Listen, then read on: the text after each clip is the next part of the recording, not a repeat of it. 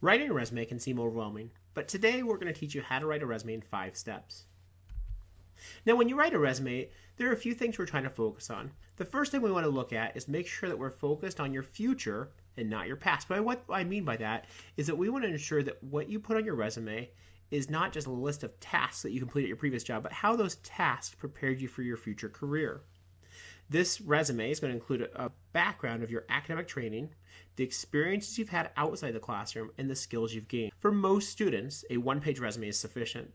However, if you're a teacher or going into a helping field such as social work, a 2-page resume is preferred. Now, one thing I like to make sure students know is that resumes are sales documents. They're not a biography. So you may leave off information, and when you submit a resume in one organization, it might be different than a resume you submit to another organization. The basic resume format looks like what you see on the screen here. You're going to see your name, and that always has to be larger. I generally start with an 18-point font, your email address, and your phone number. For the majority of students, we're going to lead with your education. If you have a lot of experience, meaning 5 or more years of professional experience, we'll often change that and lead with your experience first. But for today, we're going to start with education. You'll see on the screen here, we list the University of Northern Iowa, the degree the students are receiving, the fact they have a minor, and their grade point.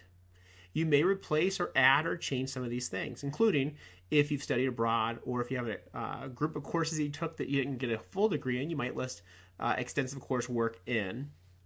As far as the grade point, if it's above a 3.0, we will always list it. For transfer students, you'll list on there the community college you went to and the degree you received.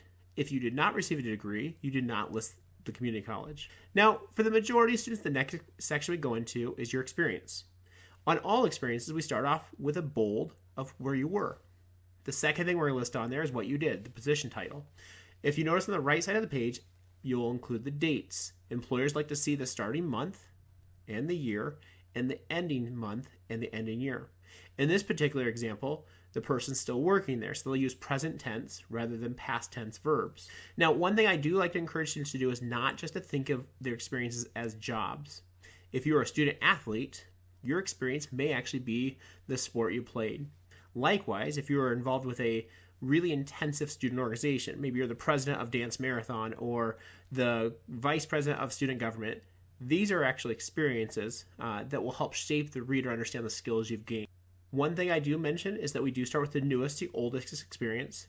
The only note on that is if your previous experience was far superior. So if you went off last summer, did an incredible internship, and then this next school year come back and take a pretty basic campus job, we'll lead with your internship. On every experience, you'll need to answer this one question.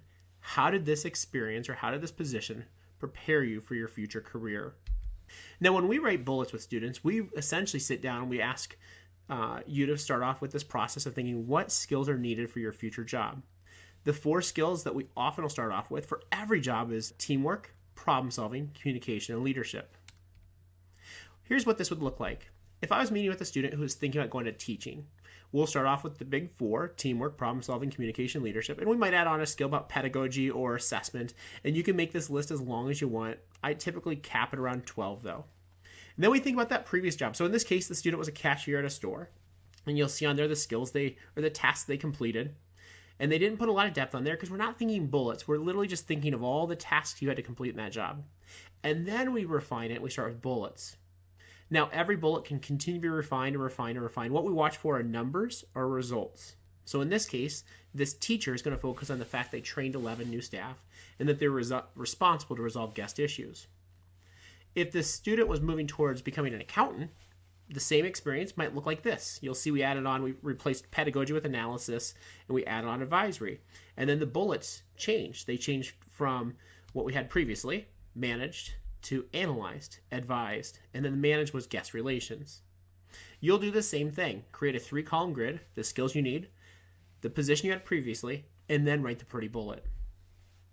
Now, the final part we look at on your resume is making sure you're telling your story.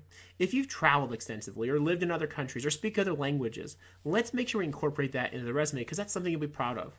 Likewise, if you have a hobby that's unique, if you play an instrument, or if you're a president of a student group, or if you do something that makes you different than others, let's highlight those experiences and list them out like a job, but we'll fit them under a category often called leadership activities or something similar. Now, the 5th thing is I want to work with you to help you tell your story better. And the way we do this is either by contacting career service by email, career-guides@uni.edu, or calling the main office number. We'd love to sit across from you and have a conversation about what we can pull out of your resume that a future employer would like to see. Thanks and good luck. Happy writing.